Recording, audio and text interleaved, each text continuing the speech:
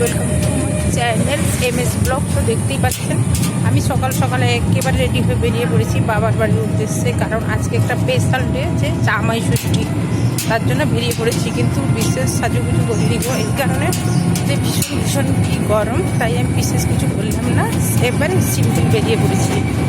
এই রাস্তায় দেখতেই পাচ্ছেন সবাই, আমি গাড়িতে বসে আছি, সেই গাড়িতেই যাচ্ছি।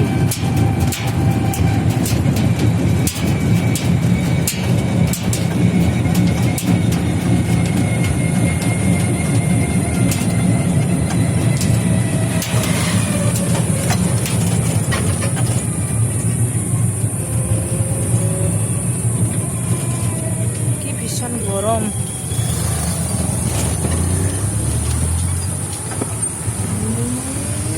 এই গরম সবাই সাবধানে যাবে, ভালো থাকবে এই কামনা করি, আর কিছুই নয়। টাটা।